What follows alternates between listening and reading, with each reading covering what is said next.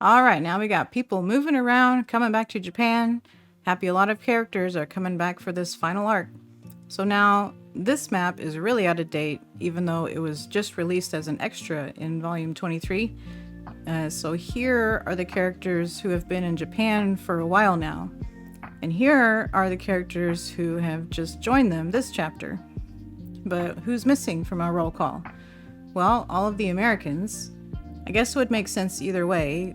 They could be useful to the Kingdom of Science in Japan, but they could also be too useful to a potential Zeno betrayal if trust in him is still not quite 10 billion%. But you'd think Luna would have found some reason to get on that boat to come back to Senku.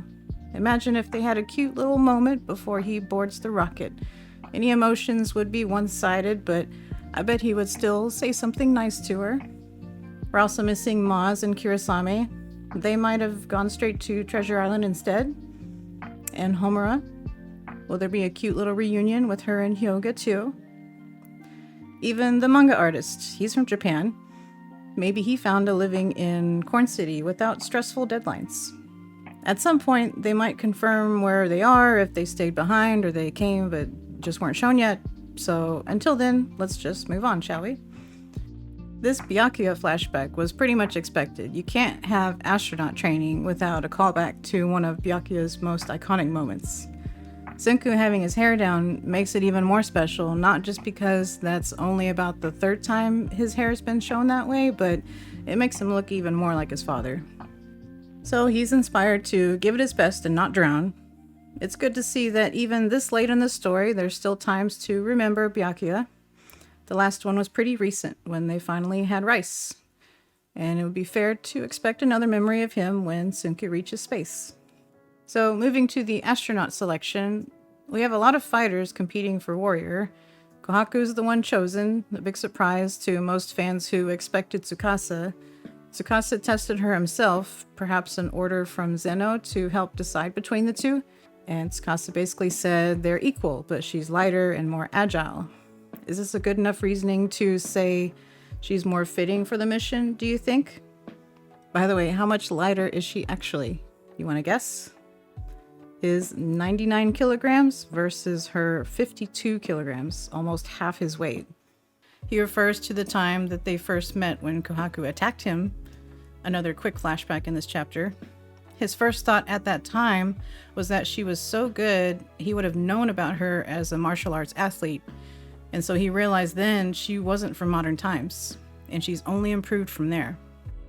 For scientists, it's just Senku. Chrome says, "Ain't it obvious? Well, what about you, dude?" I guess he has had his time in the spotlight, but I still fully expect him to go to space for some other reason. And no Zeno. He's calling dibs on ground control. Seems like a good role for him. And I hope he'll still have opportunities to be a total badass during the battle. For Pilot, just like a 21st century neighborhood internet provider in America, Ryusui really has no competition. Or so we thought. After all that time thinking Ryusui was the obvious choice, he himself has other ideas after remembering how Stan flew the plane in America. Now, we don't know for sure yet if Stan will be a replacement or a trainer, but I'd really been having a feeling something would happen that Ryusui couldn't go because it was too obvious to be him.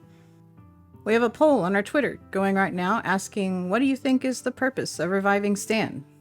To replace Ryusui or to just be a trainer? So far, the results are interesting, kind of split a bit. If you would like to add your input, it's still open for another day. Or just check out the final results if you're seeing this later. Link is in the description. It's a good idea to follow us on Twitter anyway for extra trivia that doesn't make it into these videos, any Season 3 updates, and plenty of other fun stuff. If Stan ends up going to the moon, that would make things really interesting, especially his dynamic with Senku. How would they even talk to each other? Stan probably still doesn't even know how Senku survived the sniper bullet. And now we're gonna go from Stan's rabidly chasing Senku for months to kill him again and everyone else, which is the last thing Stan remembers, to them working together and possibly sitting side by side on a rocket to the moon. I'm just saying, it could get pretty wild. It's great to see them start to speculate what could happen during the moon battle. Their approach so far is interesting. They're basically focused on like batting away Medusas. I don't know if this is how they really expected to go down, but I guess it's just one possibility. Kind of reminds me of like how they fought Ibarra with the Medusa going back and forth, except like Ibarra who has a heaping supply of Medusas to throw. Senku says final item. That means they won't do much else to prepare. Surely Wyman would anticipate the guns, maybe not expect a grenade net, but I hope our team will bring with them some creative, offensive game plans, not just react to whatever Wyman might have prepared. To be honest, if I was on that moon crew, when it's time to land on the moon, I'd be crapping my pants. Wyman could be ready with anything, just waiting for them to arrive. But anyway, for now, I'm just glad we're finally seeing them talk about it. It's just one of those things that doesn't come up until the moment of truth, even though they would have been talking about it during those years of rocket testing. We have an exciting new invention, Joel's Resurrection Watch. I don't know if you'd call it future tech, but it's definitely unique to the Stone world. Chrome's timed revival idea, even if it was shut down at first, is finally a real thing, and this watch will probably be a key part of this final arc. Of course, we want our homies to be the one to go to space, but I actually like the reasoning they said for choosing Kingdom of Science members as the astronauts. They're the ones who are familiar with the petrification beam, and Ryusui to the point that he can just eyeball how far it will travel. Well, this chapter ends on a pretty powerful image of Ryusui standing in front of the man who shot him, now looking for his help. Next chapter will focus on reviving Stan. There's a lot of questions around that. Will he replace Ryusui? How will Zeno react? Is Stan going to help them plan out the mission? I'm happy to see the story is slowing down a little for us to sit in these little moments. If you're interested in seeing and learning more about astronauts and rockets and space missions, there's a couple more special videos coming out this week about that. Very special, because we're going straight to the source, baby. This is very exhilarating. Very exhilarated right now about this. So, please subscribe so you don't miss any of those. There's possible news about Season 3 in a couple weeks. We'll definitely have something about that too if there's an announcement. There's more trivia from this chapter on our Twitter, so check that out too. But for now, thanks for watching. See you soon. Bye-bye.